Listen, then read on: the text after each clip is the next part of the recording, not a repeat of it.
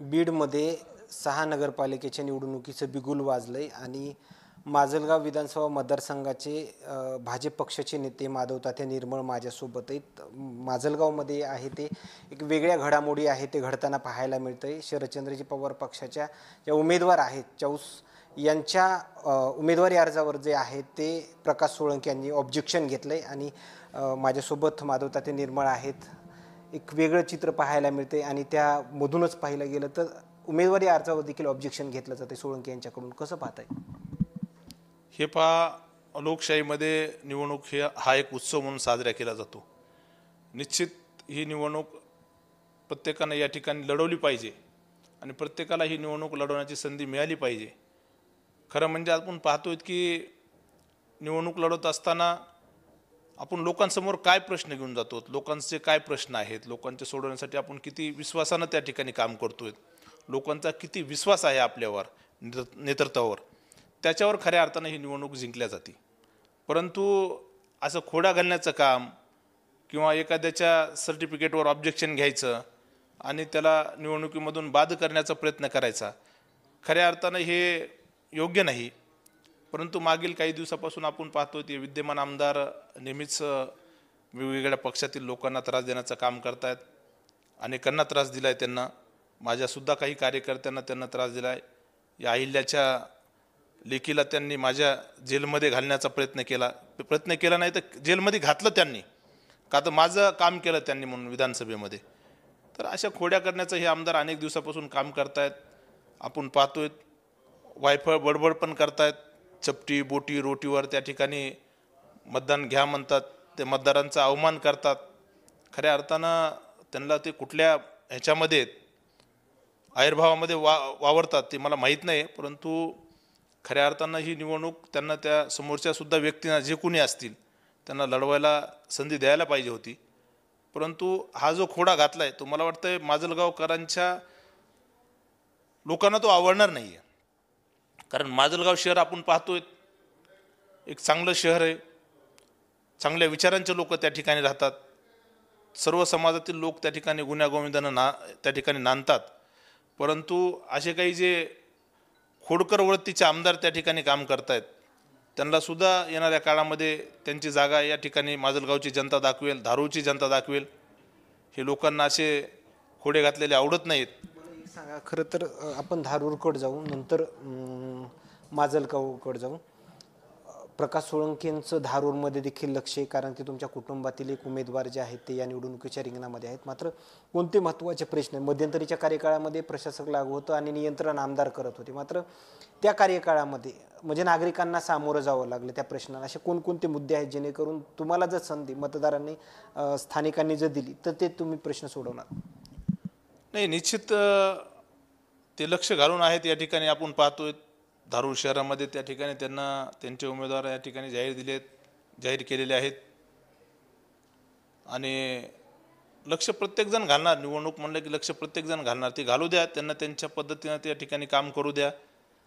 लोक ठरवतील कुणाला निवडून द्यायचं, काय करायचं. परंतु लोकांना सुद्धा त्यांचा कारभार पाहिलेला आहे. त्यांच्या कार्यकाळामध्ये नेहमीच वादविवाद या ठिकाणी नगरपालिकेमध्ये झालेत. 2011ला सुद्धा चांगल्या पद्धतीनं या ठिकाणी राष्ट्रवादीच्या ताब्यामध्ये नगरपालिका दिलेली होती. परंतु आमदार साहेबांना त्या ठिकाणी त्यांना पालिकेवर त्या ठिकाणी प्रभुत्व किंवा ते काम करता आलं नाही. कारण आपण पाहतो की ज्या ज्या ठिकाणी ते नगरपालिकेमध्ये काम करतात त्या ठिकाणी भ्रष्टाचार त्या ठिकाणी मोठ्या प्रमाणामध्ये वाढतो. प्रशासक या ठिकाणी आता आपण पाहतोय गेल्या 3 वर्षापासून 4 वर्षापासून प्रशासन धारूरच्या नगरपालिकेमध्ये काम करत होतं. कोणत्या कोणत्या कामामध्ये भ्रष्टाचार झाला असं तुम्हाला वाटतं? प्रत्येक कामामध्ये भ्रष्टाचार झालाय. निधी मोठ्या प्रमाणात आणला, आम्ही हे मान्य करतो. आता 65 कोटी रुपयाची पाईपलाईन त्यांना त्या ठिकाणी आणली. तुम्ही पहा जाताना रस्त्यानं, आता तुम्ही जर खाली जात असाल घाटातून तर ते येडी वाकडी पाईपलाईन टाकलेली आहे, त्याला लेवल नाही आहे, त्याचं प्रेशर चेक केलेलं नाही आहे, त्यामध्ये पाण्याचा पुरवठा उच्च दाबानं होत नाही आहे. आणि आता आपण पाहतो की डोंगरामधून आपण त्या ठिकाणी पाणी आणलं आहे, घाट सेक्शन आहे, मग त्या ठिकाणी किती प्रेशर वापरायला पाहिजे, कोणते पाईप वापरायला पाहिजे होते, कुठली मोटर वापरायला पाहिजे. टेक्निकली एकही काम झालं नाही. 65 कोटी रुपये त्या ठिकाणी खर्चलेत. मी जबाबदारीनं बोलतो की जवळपास त्याच्यामध्ये 15 कोटी रुपयाचा भ्रष्टाचार झाला आहे. बऱ्याच मोठ्या प्रमाणामध्ये त्याचं इस्टिमेट वाढवलं गेलं. आता माजलगावमध्ये कोणकोणते प्रश्न आहेत? माजलगावमध्येही हेच मूलभूत सुविधाचे प्रश्न त्या ठिकाणी उपस्थित करतायत लोक. आता आम्ही ज्यावेळेस फिरतोय, पाण्याचा महत्त्वाचा प्रश्न आहे. दैनंदिन त्या ठिकाणी पाणी येत नाही आहे. अस्वच्छता खूप मोठ्या प्रमाणामध्ये त्या ठिकाणी आहे शहरामध्ये एखादं चांगलं गार्डन नाही आहे लोकांना फिरण्यासाठी जाण्यासाठी, किंवा आपले जे लहान मुलं आहेत त्यासाठी विरंगुळा त्या ठिकाणी करण्यासाठी शहरामध्ये एखादं पार्क झालं पाहिजे. शहरामध्ये एखादं त्या ठिकाणी आपण पाहतोय प्रत्येक समाजासाठी एखादं चांगलं सभागृह त्या ठिकाणी झालं पाहिजे. रस्त्याचं काम मागच्या पाठीमागे झाले, त्याच्यामध्ये खूप मोठ्या प्रमाणामध्ये भ्रष्टाचार झाले. ते रस्त्याचे कामं 1-2 वर्ष पण रस्ते त्या ठिकाणी टिकल्या गेले नाहीत असे लोक आज चर्चा करतात. आम्ही फिरताना पण पाहतोय. म्हणजे सगळीकडे दुर्लक्ष आहे. शासनाचा पैसा आणणे त्या ठिकाणी आणि त्याच्यामधून भ्रष्टाचार करणे आणि त्याच्यामधून संपत्ती वाढवणे एकमेव कलमी कार्यक्रम ह्या आमदारांचा आहे असं मला वाटतंय. आणि मलाच वाटत नाही तर जनतेला सुद्धा त्या ठिकाणी माहिती आहे, त्यांना सुद्धा तसंच वाटतंय. जनतेला सुद्धा ही गोष्ट आता कुठंतरी थांबली पाहिजे.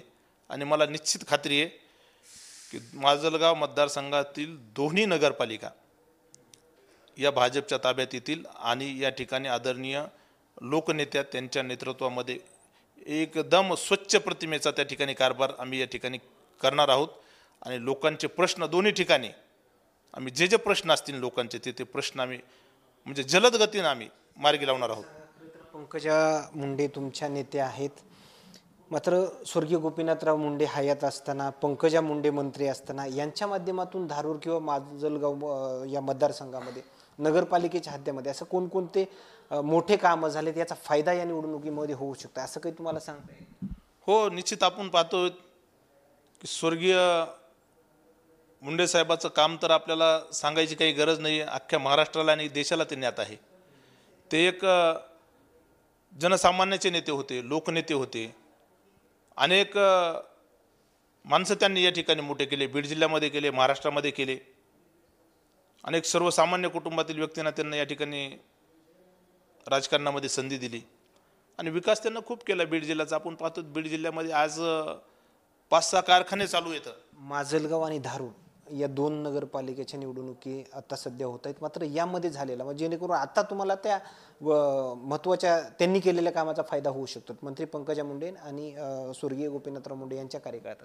हो, आदरणीय ताईसाहेबांच्या काळामध्ये सुद्धा अनेक पाईपलाईनचे कामं या ठिकाणी झाले. माजलगावची पाईपलाईनचं काम असेल, धारूर शहराची सुरुवातीची 20-19 कोटीची जी पाईपलाईन होती त्यांना अपुरा झालेला निधी नंतर त्यांनीच त्या ठिकाणी त्यांच्या कार्यकाळामध्ये 2014च्या नंतर जे सरकार आलं त्यांचं, तर त्या कार्यकाळात त्यांनी या ठिकाणी धारूर शहराला निधी उपलब्ध करून दिला. धारूर शहरामध्ये त्या ठिकाणी ऐतिहासिक किल्ला आहे, त्या किल्ल्याला सुद्धा त्यांनी या ठिकाणी निधी उपलब्ध करून दिला. या ठिकाणी आपण पाहतोय धारूर शहराचे रस्ते असतील, सभागृह असतील किंवा वैशिष्ट्यपूर्ण योजनेमधून जे काही या ठिकाणी शहरामध्ये कामं झालेली आहेत त्या कामांना त्यांना खूप मोठ्या प्रमाणात मागच्या मंत्रिमंडळात असताना खूप मोठा निधी दिला. आणि नगरपालिका माजलगावला सुद्धा खूप मोठ्या प्रमाणामध्ये त्या ठिकाणी निधी दिलेला आहे, खूप निधी दिलेला आहे. त्याच्यामध्ये काही कमतरता केलेली नाही. आणि निश्चित आता सरकार आपण पाहतोय ते सरकारमध्ये आहेत. सरकारसुद्धा महाराष्ट्रात आमचं आहे, केंद्रात सरकार आहे.